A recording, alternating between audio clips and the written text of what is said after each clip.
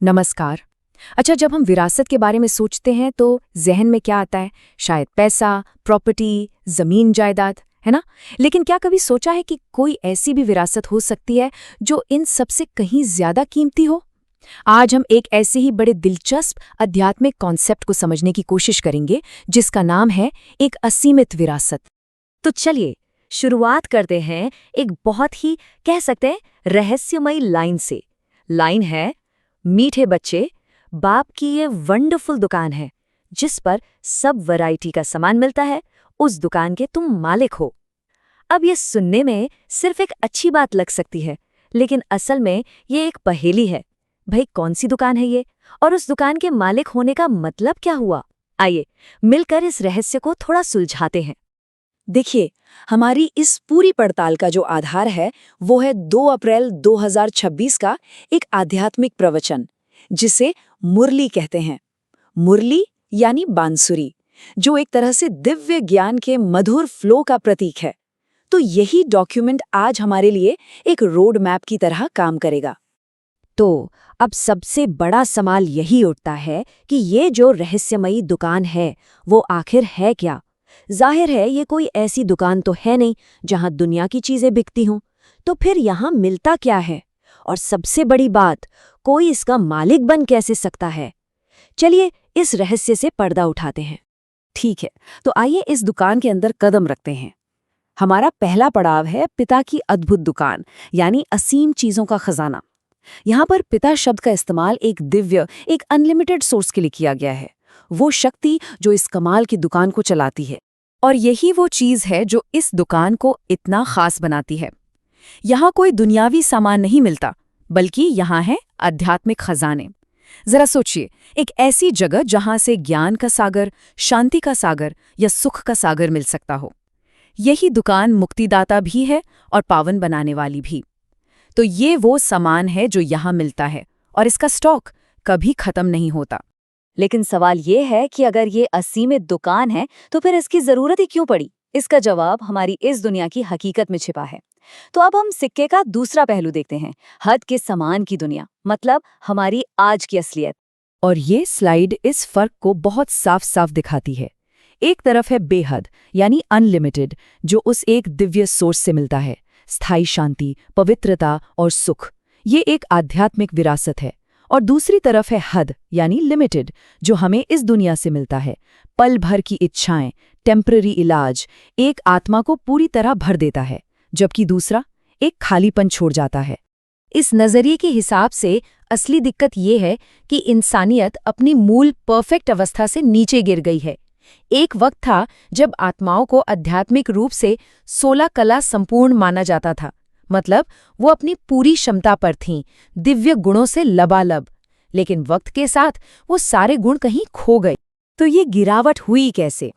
ये सवाल हमें समय के एक बहुत ही अनोखे कॉन्सेप्ट की तरफ ले जाता है जो इस पूरी फिलॉसफी को एक फ्रेम में रखता है, और वो है 84 जन्मों का चक्र। इसे एक तरह का कॉस्मिक कैलेंडर समझ सकते हैं। इस नजरिए में इंसानियत का पूरा नाटक सिर्फ 5000 साल के एक चक्र में सिमटा हुआ है। लेकिन इसमें एक ट्विस्ट है। ये कोई सीधी साधी आगे बढ़ने वाली कहानी नहीं है। ये एक ड्रामा है जो बार बार खुद को दोहराता है, बिल्कुल एक पहिए की तरह। तो इन 5000 सालों के चक्र में आत्मा का सफर दिखता कैसा है? असल में ये एक नीचे आने की कहानी है। देखिए, शुरुआत होती है सतयुग से, मतलब गोल्डन एज, जहां सब कुछ परफेक्ट था, पूरी तरह पवित्र और शांत। फिर क्या होता है? धीरे धीरे गिरावट शुरू हो जाती है। आत्माएं अपने दिव्य गुणों को खोने लगती हैं। इसके बाद का जो दौर है वो है भक्ति मार्ग। यहाँ लोग पूजा पाठ, तीर्थ यात्रा, इन सब तरीकों से वापस जुड़ने की कोशिश करते हैं। पर वो गिरावट वो रुकती नहीं है, और आखिर में हम पहुंच जाते हैं कलयुग में, यानी आयरन एज में, जो आज का समय है, अशुद्धता और दुख का युग। तो ठीक है, अब हमने समस्या को तो समझ लिया, आत्मा का पतन। तो क्या कोई उम्मीद की किरण है? बिल्कुल है। अब हम बात करते हैं समाधान की। उस खोए हुए स्वर्ग को फिर से पाया कैसे जा सकता है? और समाधान आता है एक दिव्य हस्तक्षेप के रूप में। असीमित पिता एक बहुत ही खास समय पर वापस आते हैं, जिसे संगम युग कहा जाता है। ये कलयुग के अंत और सतयुग की शुरुआत के बीच का एक बहुत ही अहम ट्रांजिशन का समय है। आप कह सकते हैं कि ये दुनिया को रीसेट करने का समय है। और उनका मिशन बिल्कुल साफ है, स्वर्ग के दरवाजे खोलना और नर्क के दरवाजे बंद करना। ये गिरावट के चक्र को पलटने और दुनिया को उसकी मूल पवित्र अवस्था में वापस लाने का एक बहुत बड़ा काम है। तो ये सब किया कैसे जाता है? वो तरीका क्या है जिससे आत्मा अपनी खोई हुई पवित्रता को फिर से हासिल कर सकती है? यहाँ हम उस विधि पर आते हैं जिसे याद का मार्ग कहा गया है। इस पूरे मेथड का जो सार है वो इस एक शक्तिशाली शब्द में छिपा है, मन मना भव। इसका सीधा साधा मतलब है अपने मन को सिर्फ मुझ एक पर लगाओ। ये उस दिव्य सोर्स का एक सेंट्रल इंस्ट्रक्शन है। ये कोई बाहरी पूजा पाठ नहीं है, बल्कि एक गहरा अंदरूनी बुद्धि का कनेक्शन है। हर पल उस दिव्य सोर्स को याद में रखने की एक प्रैक्टिस।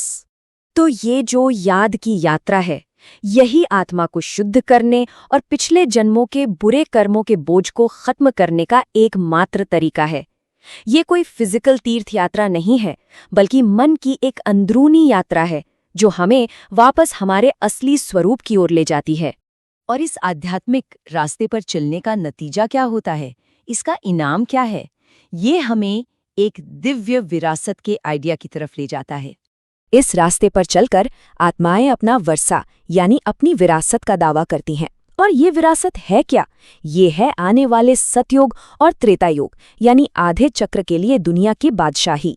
ये उस शांति और पवित्रता की स्थिति को फिर से पाने का एक जन्मसिद्ध अधिकार है जिसे अपनी कोशिश से वापस हासिल किया जा सकता है। तो इस पूरी चर्चा का सार क्या है, मतलब मेन पॉइंट्स क्या हैं?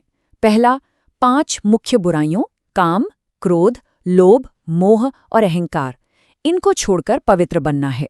फिर इस ज्ञान के खजाने को दूसरों को भी देना है। स्वभाव को एकदम मीठा बनाना है। उस दिव्य सोर्स से जो वादा किया है उसे याद रखना है। और सबसे जरूरी, पुराने बुरे कर्मों को मिटाने के लिए लगातार याद में रहना है। और हम अपनी बात को इस एक बहुत ही गहरी लाइन के साथ खत्म करते हैं।